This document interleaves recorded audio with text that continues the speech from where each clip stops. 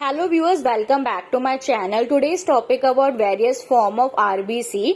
जब भी हम हॉस्पिटल्स या लैब्स में जाते हैं तो हमारा ब्लड टेस्ट होता है, तो उसे ब्लड टेस्ट करने के बाद जो आरबीसीज देखी जाती है माइक्रोस्कोप के अंदर कि ब्लड आपका उसमें क्या कमी है या आपका ब्लड नॉर्मल है, उसको आज हम स्टडी करने वाले हैं और स्पेसिफिकली हम आज आरबीसी स्टडी करेंगे, रेड ब्लड सेल्स। तो सबसे पहले ब्लड इंजेक्शन से ब्लड लिया जाता है और आपने देखा होगा कि पर्पल कलर की कैप में mostly EDT valve EDT valve उसे कहते हैं, उसमें ब्लड लिया जाता है और फिर इस जो वल्व है, ये छोटी सी ट्यूब है, इससे ग्लास स्लाइड पे एक कांच की स्लाइड है, उसके ऊपर ब्लड रखा जाता है। 1 ड्रॉप ब्लड को रखने के बाद इसी ब्लड को एक थिन स्मीयर में कन्वर्ट कर दिया जाता है। यही जो ब्लड है उसको एक थिन स्मीयर बना दिया है और स्मीयर बनाने के बाद अब हम इसको स्टेन कर देंगे, मतलब सिंपल कलर करेंगे और कलर करने के बाद इसको हम माइक्रोस्कोप में एनालाइज करते हैं। माइक्रोस्कोप के अंदर अब आपका खून कैसे दिखता है, ब्लड कैसे दिखता है,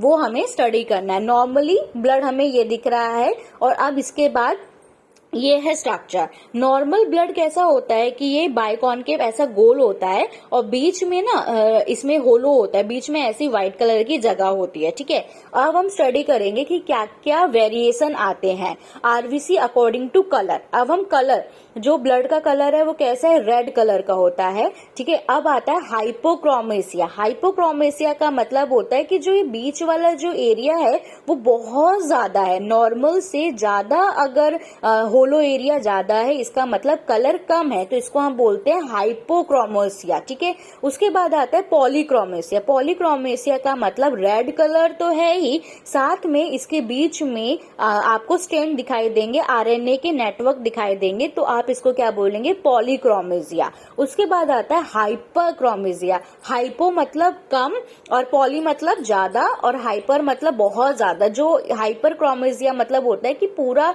आरबीसी कवर है रेड कलर से, मतलब जो बीच वाला एरिया है ना, होलो जो खाली जगह होनी चाहिए वो है ही नहीं, तो इसको हम बोलेंगे हाइपरक्रोमेसिया। उसके बाद आता है एनआइसोसाइटोसिस। एनआइसोसाइटोसिस का मतलब आपने बहुत रिपोर्ट में देखा होगा कि जो ब्लड है वो आइसोसाइटोसिस है। एनआइसोसाइटोसिस का मतलब होता है कि variation in RBC size.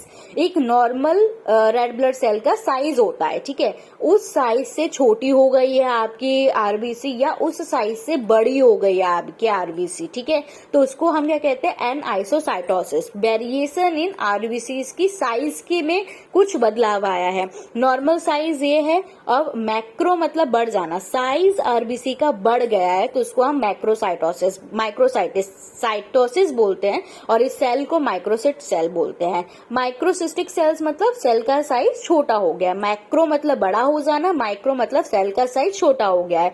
Oval मतलब बड़ा तो हुआ है, ओवल मैक्रोसाइटोसिस मतलब जो सेल है वो बड़ा तो हुआ है लेकिन उसका शेप कैसा हो गया, अंडा आकार का हो गया, मतलब ओवल हो गया है। ठीक है, उसके बाद आता है पोइकिलोसाइटोसिस। पोइकिलोसाइटोसिस मतलब होता है कि अब आरबीसी के साइज में बदलाव नहीं है, उसके जो आकार है, शेप है, उसमें बदलाव आया है। जैसे कि अब नॉर्मल शेप क्या है, ऐसा है, ठीक है, एक बाइकॉनकेव स्ट्रक्चर है, राउंड स्ट्रक्चर है, बीच में होलो है, ये है simple.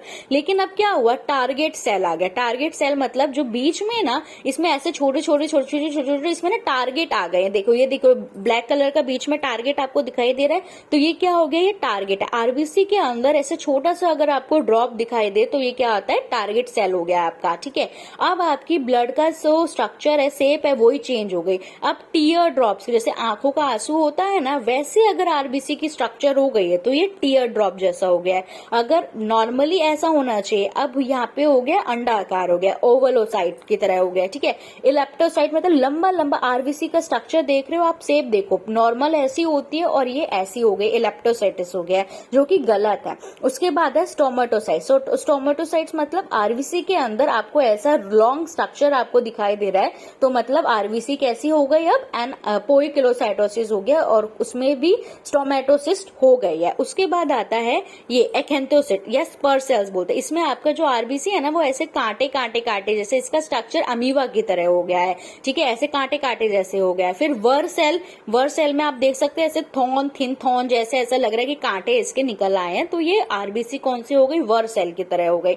Sickle cell, normally problem होती है सिकल सेल आरबीसीज हो जाती है, मतलब एक खेलने वाला एक होता है ट्वाइस, उसकी शेप जैसा होता है सिकल सेल, आरबीसी की स्ट्रक्चर ऐसे हो जाती है। फ्रेगमेंटेड सेल्स की आरबीसीज ना टुकड़े टुकड़े आपको ना राउंड दिख रही है, कैसे, बस ऐसे फ्रेगमेंट, मतलब टुकड़े टुकड़े में आपको आरबीसी दिखाई दे रही है। क्रेनेटेड आरबीसीज मतलब इसकी स्ट्रक्चर ही बिल्कुल बदल गया, ऐसे थ्रॉन जैसे आपको दिखाई दे रहा है और थोड़ा बहुत ही छोटा सा पीस हो गया है, तो इसको आप क्रेनेटेड आरबीसीज कहेंगे। अब हम स्टडी करेंगे कि आरबीसीज के इंक्लूजन्स के बारे में। अब उसके अंदर आरबीसीज के अंदर आपको कोई कोई स्ट्रक्चर दिखाई देता है, जैसे कि वेसोफिलिक स्टिफलिंग। वेसोफिलिक स्टिफलिंग का मतलब होता है जैसे डब्ल्यूबीसी का वेसोफिल है वो बहुत ग्रेनुलर है उसके अंदर, तो वैसी आरबीसीज के अंदर ना ऐसे आपको गुच्छा सा दिखने लगता है पर्पल कलर का या डार्क कलर का, तो ये वेसोफिलिक स्टिफलिंग होता है। कैवॉट रिंग का मतलब होता है कि आरबीसीज के अंदर आपको एट के फॉर्म में ऐसा लगेगा कि 8 बना हो, ऐसा कोई थ्रेड अगर दिखाई दे तो वो कैवॉट रिंग होता है आरबीसी।